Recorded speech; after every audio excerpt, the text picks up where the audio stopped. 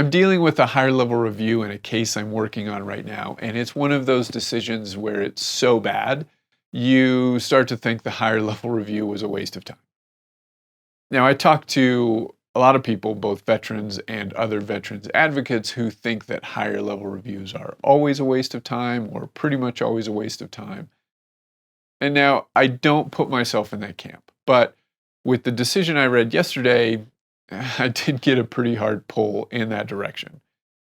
And this isn't the first time I've gone down this road. It's a pretty normal human reaction when you get a higher level review back, and it's nothing but a copy and paste of the original decision, which was pretty awful. The original decision. The copy and paste is also awful. But what I wanted to talk about in this video was a little bit more about my thought process and how I approach higher level reviews, at least for now. My thoughts on this evolve all the time. Anyway, the first thing to think about is, what are your options? If a higher level review is on the table, so is a supplemental claim, and so is an appeal to the Board of Veterans' Appeals. The second thing to think about is whether you need any new evidence to prove your claim. Now, the answer to that is going to remove one of your options, because if you're going to add new and relevant evidence, you can't file a higher level review. On the flip side, if you aren't adding new evidence, then you can't file a supplemental claim. Actually, you can file either one. When I say you can't, what I really mean is that the VA will reject them, and that causes other problems. But anyway, if you don't need new evidence, your options are a higher level review or appeal to the Board of Veterans' Appeals. Now here, the huge consideration is that an appeal to the board will take at least 1 year. At least 1 year. And for me, this is where the higher level review becomes very attractive. I'm optimistic by nature, and I always think that I can very persuasively point to the controlling law, point to the evidence, point to the obvious errors, and the VA will do the right thing. I know cynical veterans won't believe this, but sometimes that works. It works more than sometimes. Other times it doesn't work at all. You just never know who that higher level reviewer is going to be and whether they're even going to read what you send them.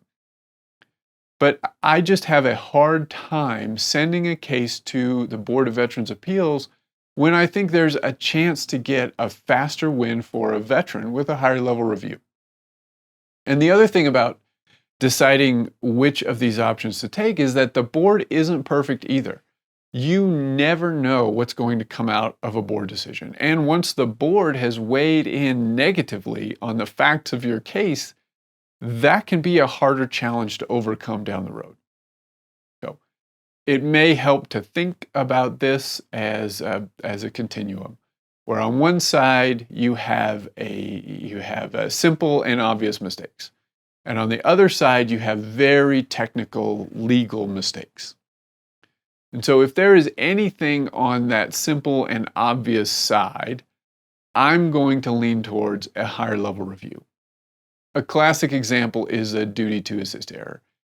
It is very frustrating when you wait over a year and the board kicks your claim all the way back to the beginning because the original decision had a duty to assist error.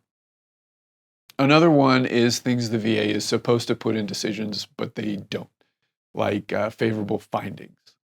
I don't like to take those issues to the board because I'm always worried the board is going to find that error and just kick it back without even dealing with the other more serious errors. So I'm still in the higher level reviews are not a waste of time camp, at least for some situations. And I hope that helps you think through your own decisions on a higher level review. If you want me to help you with your claim, feel free to set up a call with me or reach out to me through my website, walshvetlaw.com. I'm Al Walsh, a veteran who likes to help other veterans. Thanks for watching.